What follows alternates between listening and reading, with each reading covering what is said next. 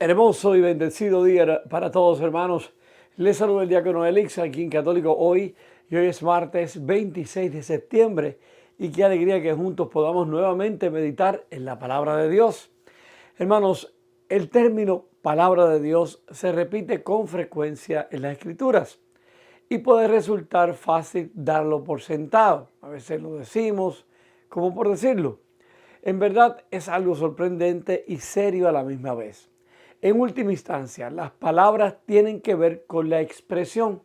Nos ayudan a comunicarnos unos con otros y a compartir lo que tenemos en la mente o en el corazón. La palabra de Dios es única y tiene un peso particular. Es la expresión misma de Dios para nosotros. Y seguirla es seguir a Cristo, o sea, ser cristiano. Hoy en el Evangelio, la madre de Jesús, María y sus parientes fueron a buscarlo, pero la multitud no los dejaba. Entonces le dijeron algunos: tu madre y tus parientes te buscan. A lo cual Jesús le contestó: aquellos que escuchan la palabra de Dios y la ponen en práctica, esos son mi madre y mis parientes.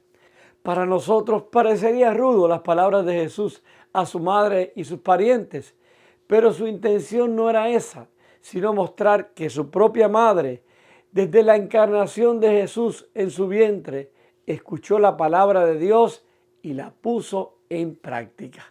Entonces, escuchemos nosotros como María la palabra de Dios y pongamos nuestro corazón para ponerla en práctica, pero antes la frase para hoy. Al orar, tú hablas con Dios. Cuando lees la Biblia, Él te habla a ti. En el nombre del Padre, del Hijo y del Espíritu Santo. Amén. Lectura del libro de Esdras, capítulo 6, versículos del 7 al 8, 12 y 14 al 20. En aquellos días, el rey Darío escribió a los jefes de la región del otro lado del río Éufrates: dejen que el gobernador y los dirigentes de los judíos reconstruyan el templo de Dios en su antiguo sitio. Estas son mis órdenes acerca del proceder de ustedes con los dirigentes de los judíos, en lo que se refiere a la reconstrucción del templo de Dios.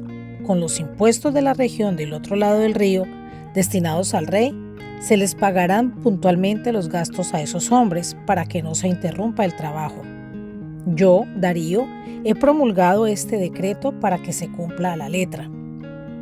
Así los dirigentes de los judíos avanzaron con rapidez en la reconstrucción del templo, alentados por las palabras de Ageo y Zacarías, hijo de Idó, y llevaron a cabo la reconstrucción conforme a lo mandado por el Dios de Israel y por Ciro, Darío y Artajerjes, reyes de Persia.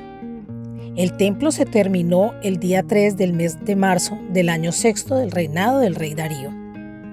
Los israelitas, sacerdotes, levitas y todos los demás que habían vuelto de la cautividad celebraron con júbilo la dedicación del templo de Dios. Para la dedicación del templo ofrecieron 100 toros, 200 carneros, 400 corderos y, como sacrificio por el pecado de todo Israel, 12 machos cabríos conforme al número de las tribus de Israel. El servicio al templo de Jerusalén se encomendó a los sacerdotes y a los levitas, según el orden que les correspondía, conforme a la ley de Moisés. Los israelitas que habían vuelto de la cautividad celebraron la Pascua el día 14 de abril. Todos los sacerdotes y los levitas se habían preparado para celebrarla y estaban puros. Inmolaron pues la víctima pascual para todos los que habían vuelto de la cautividad, para sus hermanos los sacerdotes y para sí mismos. Palabra de Dios. Salmo responsorial. Salmo 121. Vayamos con alegría al encuentro del Señor. Qué alegría sentí cuando me dijeron: vayamos a la casa del Señor, y hoy estamos aquí, Jerusalén, jubilosos delante de tus puertas. Vayamos con alegría al encuentro del Señor.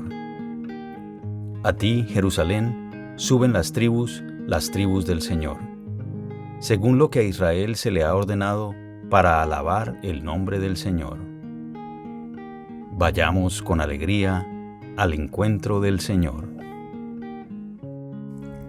Lectura del Santo Evangelio según San Lucas, capítulo 8, versículos del 19 al 21. En aquel tiempo fueron a ver a Jesús su madre y sus parientes, pero no podían llegar hasta donde él estaba porque había mucha gente. Entonces alguien le fue a decir: «Tu madre y tus hermanos están allá afuera y quieren verte». Pero él respondió: «Mi madre y mis hermanos son aquellos que escuchan la palabra de Dios y la ponen en práctica». Palabra del Señor. Gloria a ti, Señor Jesús. Hermanos, en el Evangelio de hoy escuchamos que Jesús casi parece rechazar a su propia familia cuando dice que su familia es aquellos que escuchan la palabra de Dios y actúan en consecuencia. Pero su objetivo no es evitar a su propia familia, más bien es para ilustrar cuán importante es escuchar la palabra de Dios y actuar en consecuencia. De hecho, quienes están más cerca de Él son quienes hacen esto. En las palabras de Jesús hay una propuesta directa a todos y cada uno de los que escuchamos su palabra. Si queremos ser su familia y parecernos a Él, tenemos que no solo escuchar su palabra, más importante aún, ponerla en práctica. Y es que ahí está la clave del cristianismo. Ser cristiano significa que sigues a Cristo, o sea, haces lo mismo que Él. Y si seguimos a Cristo, debemos hacer lo que Él hizo y lo que nos dice en su palabra: perdonar, amar, cuidar del menos afortunado, de los pobres, los ancianos, abrir las puertas de nuestro corazón a aquellos que están perdidos en el pecado, para que con nuestros actos de amor y compasión puedan conocer a Jesús. Nuestros actos de generosidad, bondad y compasión pueden ser la primera Biblia que muchos escuchen. Entonces, el llamado para nosotros hoy es a poner en práctica lo que nos enseña su palabra. Preguntémonos hoy, hermanos, ¿en qué no lo estamos haciendo? ¿Qué cosas de la palabra de Dios en este momento de mi vida me cuestan ponerla en práctica? Y llevémosla a los pies de Jesús con humildad, y Él nos dará la gracia y la fuerza para hacer lo que nos dice su palabra. Nada que nos pida Jesús a través de la palabra es para castigarnos o para quitarnos nuestra libertad, sino más bien para que seamos verdaderamente libres y vivamos en paz. Si bien esto puede parecer un desafío, tenemos muchos ejemplos de quienes escuchan la palabra de Dios y actúan en consecuencia. Personalmente podríamos reflexionar sobre aquellos que han moldeado nuestra propia fe. Probablemente no fue porque conocían las Escrituras al derecho y al revés, por muy impresionante que sea. Más bien, probablemente fue por la vida que vivieron basada en cómo el Evangelio formó sus corazones.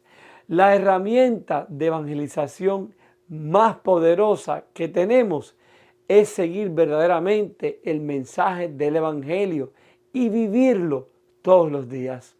Cuando amamos a nuestro prójimo, cuando nos sacrificamos por los demás o cuando nos preocupamos por los menos afortunados que nosotros, permitimos que la palabra de Dios hable a través de nosotros.